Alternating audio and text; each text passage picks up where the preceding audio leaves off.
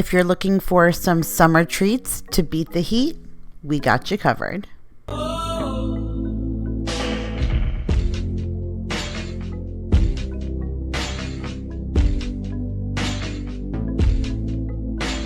Hey guys, Kira here from 50 Shades of Mom, tips for all shades of mom life. And in today's video, I am bringing you the most mega of collabs. So I don't even know how many ladies ended up being in this collab, but I was invited to participate in summer treats to beat the heat. And so I thought that was absolutely perfect. It has been 105 here in Texas, and all I've been thinking about is some really cool, refreshing desserts to feed my family. So when they invited me into this collab, I just couldn't wait to be a part of it. So down below in the description box will be a link taking you directly to all of these ladies' delicious videos.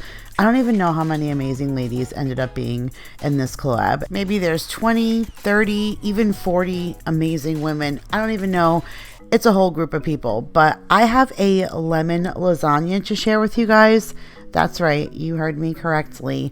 Lemon lasagna and then a Hawaiian salad, which is absolutely delicious and just screams summer. So if you guys want to see what I cooked up in my kitchen, then follow me.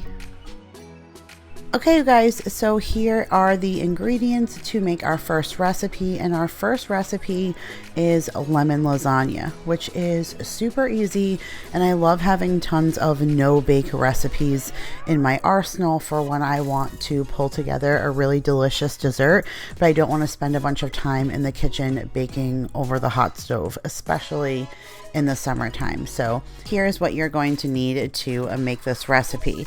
So in this bowl, I have 1 cup of powdered sugar. I am using erythritol powdered sugar, the Swerve kind, but you can use whatever kind you like. It's just what I have on hand. For our lemon layer, I'm using some lemon curd. This is imported English lemon curd from Trader Joe's. It is absolutely amazing. You could use lemon pudding in this step, but we're going to use the curd. And then here I have 6 ounces of golden Oreos. I have a 1 package of graham crackers, 16 ounces of whipped topping or Cool Whip. We need the juice of 1 lemon, 1 stick of butter, and then 1 package of cream cheese. That is it, you guys, and we have 4 layers to this dessert. So for our first layer, we're going to prepare a crust. So we're actually going to use the food processor. It's really the only way to get your cookies into crumbs to use for a crust. So I started off first with doing the golden Oreos, and you are going to leave the filling inside. That's going to help make the crust stick together. And then we'll go back and pulse the graham crackers and get those all ground up, and then we'll add them both to the bowl. Now I'm just going to go ahead and mix them thoroughly. We want to make sure that the Oreo cookies and the graham crackers are all mixed through and are nice and evenly distributed. And now we're just going to go ahead and take out about 3/4 of a cup and just reserve that off to the side so that we can use that as a topping. And now I took our 1 stick of butter and I just stuck it in a microwave safe measuring cup for 30 seconds and melted our butter completely. And now we're just going to mix that butter and get all of those cookie crumbs and graham cracker crumbs wet. This way we can use it as that bottom layer. So we're just going to dump that into a 9x13 pan. There's no need to put any kind of cooking spray or anything on the bottom. All of that butter will make sure that it doesn't stick, and we're not baking it, so it won't stick. And then we're going to use our hands and get in there and just kind of flatten it. So make sure you wash your hands before you do this step. I feel like I have never washed my hands as much as I have in the last 4 months, but go ahead and make sure you wash your hands and then dive in deep and get it good and even on the bottom, and then into the fridge it goes. You want to make sure that's good and chilled. So I put it in there for about an hour, and then I took it out and got ready to prepare our next layer. So I dumped into a bowl our powdered sugar, our cream cheese, and then half of the Cool Whip and juice from the entire lemon. And then we're going to mix that all together, making almost a cheesecake layer.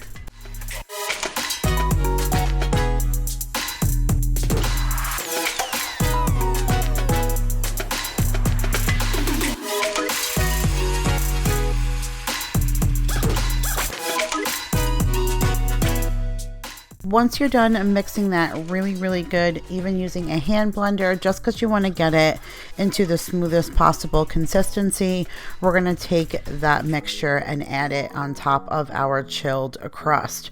So you're just going to get a nice even layer throughout, and then we're going to go ahead and stick that back in the refrigerator for another 30 to 45 minutes.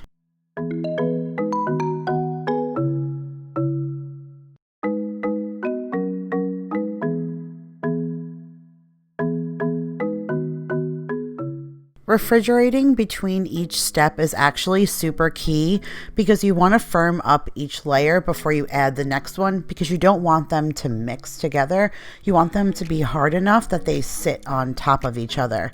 So now it's time to add our lemon curd. Now lemon curd is really just like fortified and concentrated lemon. It is like that can of lemon you can buy at the grocery store, like pie filling, on steroids. This stuff is so decadent and so sweet, which is why I went to Trader Joe's specifically to get this curd. So if you have a Trader Joe's by you, I highly suggest this one. If you can get one at a local grocery store, or you know another place to get lemon curd, that'll work perfectly fine as well. And I also mentioned you can use lemon pudding in this layer, but this lemon curd I've had before, and it just has a flavor that I knew would be perfect in here.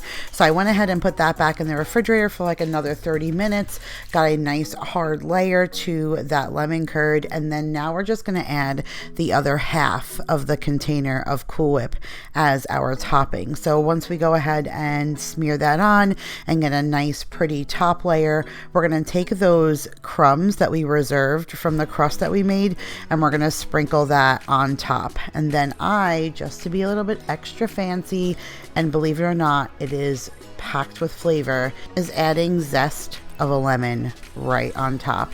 So I just got out my zester and pulled another lemon from the fridge, and then just zested a lemon right on top. The flavors that are in the skin and the rind of a lemon are so strong. That's where a lot of the lemon oils come from. That's why before you juice a lemon, you should roll it on the counter a little bit, break the membranes of the skin, and get all those oils flowing, because they pack such a lemon flavor. And that did it, you guys. That was the icing on the cake, no pun intended. That extra little lemon zest paired with that curd, and then the semi-sweet, there is a cup of powdered sugar in that cream cheese layer, but it's not a lot. It's lemon juice and then that sugar and the cream cheese all mixed together, so it's really not overwhelmingly sweet, but you have the sweet and tart from that lemon layer, and then you have the sweet from the crust, and then the pack of that tart lemon zest up top. This, you guys, if you like lemon, will blow your mind. It was super easy to make. The hardest step was to be patient enough to wait in between each layers, but the crust just firms up so good. So you have a nice crispy crust. Those layers though, I can't even begin to tell you. Just, this is so good. I promise you, if you like lemon, go right now and make that dessert. But maybe lemon is not your thing. Maybe pineapple and coconut and all the flavors of Hawaii are your thing. So this is all the ingredients we're going to need to make Hawaiian salad, which is very similar to an ambrosia. So we're going to need a 16-ounce container of Cool Whip, some coconut extract. We need 28 ounces of crushed pineapple, but I can only find 20-ounce cans. So we're going to improvise. Speaking of improvising, we're using vanilla pudding mix in this recipe, but really we should use coconut. So if you find coconut pudding mix, you do not need to use the coconut extract.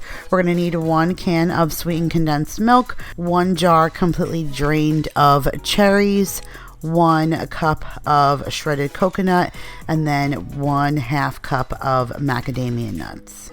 We're actually going to start by roasting our macadamia nuts. So you need to set your oven to 350 degrees.